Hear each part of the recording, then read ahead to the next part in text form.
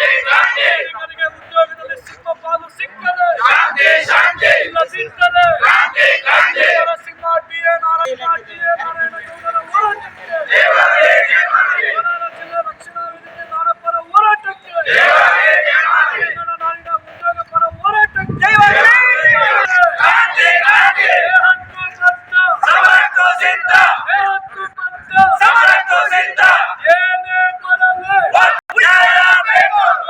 ಕನ್ನಡಿಗರಿಗೆ ಸಿಂಹ ಪಾಲು ಸಿಕ್ಕರೆ ಕನ್ನಡಿಗರಿಗೆ ಹಕ್ಕು ಪತ್ರ ಏನೇ ಬರಲಿ ಏನ್ಗೆ ಬೇಕು ನನಗೊಬ್ಬ ತೀರ ನನಗೊಬ್ಬ ಸಿಕ್ಕರೆ ಇಲ್ಲದಿದ್ದರೆ ಕನ್ನಡಿಗರಿಗೆ ಸಿಂಹ ಪಾಲು ಉದ್ಯೋಗದಲ್ಲಿ ಸಿಕ್ಕರೆ ಇಲ್ಲದಿದ್ದರೆ ಏಕೆ ಬೇಕು ಕರ್ನಾಟಕ ರಕ್ಷಣಾ ವೇದಿಕೆ ಕನ್ನಡಿಗರ ಪರ ಹೋರಾಟಕ್ಕೆ ಸಿಕ್ಕರೆ ಇಲ್ಲದಿದ್ದರೆ ಏಕೆ ಬೇಕು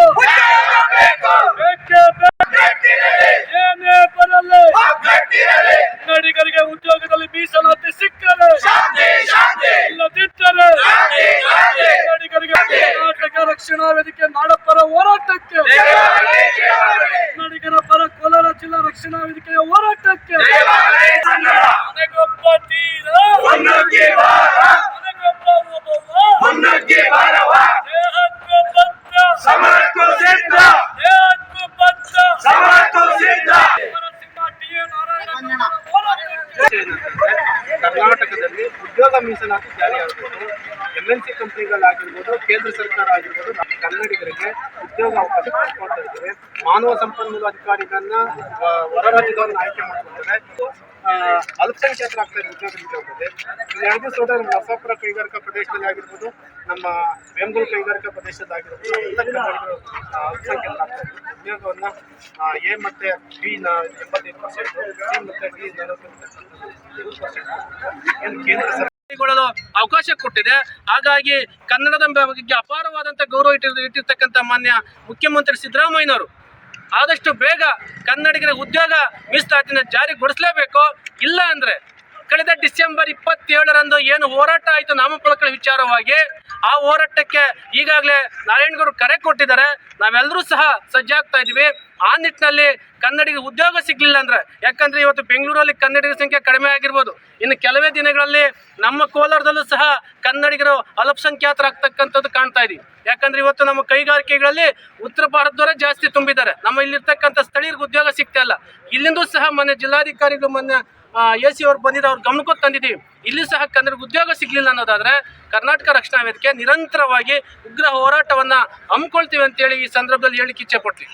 ಇದರಲ್ಲಿ ಜಿಲ್ಲಾಧಿಕಾರಿಗಳ ಕಚೇರಿ ಮುಂದೆ ಕರ್ನಾಟಕ ರಕ್ಷಣಾ ವೇದಿಕೆ ಧರಣಿ ಸತ್ಯಾಗ್ರಹವನ್ನು ಮಾಡಿ ಕರ್ನಾಟಕದಲ್ಲಿ ಕನ್ನಡಿಗರಿಗೆ ಉದ್ಯೋಗ ಮೀಸಲಾತಿಯನ್ನ ರಾಜ್ಯ ಸರ್ಕಾರ ಸಮಗ್ರ ಕಾಯ್ದೆಯನ್ನು ತಂದು ಕಡ್ಡಾಯವಾಗಿ ಜಾರಿಗೊಳಿಸಬೇಕಂತೇಳಿ ಕರ್ನಾಟಕ ರಕ್ಷಣಾ ವೇದಿಕೆ ಈ ದಿವಸ ಸಾಂಕೇತಿಕವಾಗಿ ಧರಣಿ ಸತ್ಯಾಗ್ರಹವನ್ನು ಮಾಡೋದ್ರ ಮುಖೇನ ಮುಖ್ಯಮಂತ್ರಿಗಳಿಗೆ ಮಾನ್ಯ ಜಿಲ್ಲಾಧಿಕಾರಿಗಳ ಮುಖಾಂತರ ಇವತ್ತು ಮನವಿಯನ್ನ ಕಳಿಸ್ಕೊಟ್ಟಿದ್ದೇವೆ.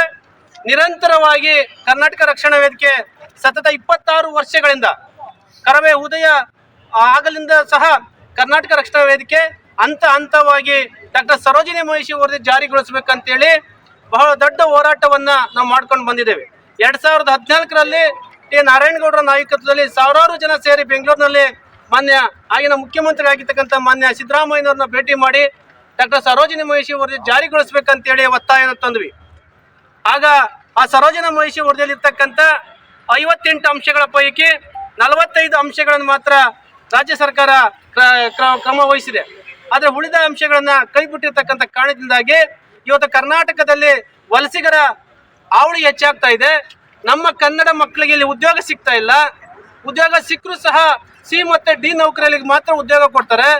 ಎ ಮತ್ತು ಬಿ ನಲ್ಲಿ ಕ್ಯಾಟಗರಿಯಲ್ಲಿ ಬರ್ತಕ್ಕಂಥ ಉದ್ಯೋಗಗಳು ಉತ್ತರ ಭಾರತದ ವಲಸಿಗರ ಹಾವಳಿ ಜಾಸ್ತಿ ಆಗ್ತಾ ಇದೆ. ಮಾನವ ಸಂಪನ್ಮೂಲ ಅಧಿಕಾರಿಗಳು ಸಹ ಹೆಚ್ಚಾಗಿ ಉತ್ತರ ಭಾರತದವರು ಇದ್ದಾರೆ. ಹಾಗಾಗಿ ಎಲ್ಲ ಸಹ ಎ ಮತ್ತು ಬಿ ಕ್ಯಾಟಗರಿಯಲ್ಲಿ 85%, ಸಿ ಮತ್ತು ಡಿ ಕ್ಯಾಟಗರಿಯಲ್ಲಿ 100% ಉದ್ಯೋಗಗಳು. ಅದು ಖಾಸಗಿ ಕೈಗಾರಿಕೆಗಳಾಗಿರ್ಬೋದು ಅಥವಾ ಕೇಂದ್ರ ಸರ್ಕಾರದ ವ್ಯಾಪ್ತಿಗೆ ಬರ್ತಕ್ಕಂಥದ್ದಾಗಿರ್ಬೋದು ಅಥವಾ ರಾಜ್ಯ ಸರ್ಕಾರದ ವ್ಯಾಪ್ತಿಗೆ ಬರ್ತಕ್ಕಂಥ ಖಾಸಗಿ ಕಂಪ್ನಿಗಳಾಗಿರ್ಬೋದು, ಯಾವುದೇ ಕಂಪ್ನಿಗಳು ಸಹ ಕನ್ನಡಿಗರದೇ ಉದ್ಯೋಗವನ್ನು ಕೊಡಲೇಬೇಕಾಗುತ್ತೆ.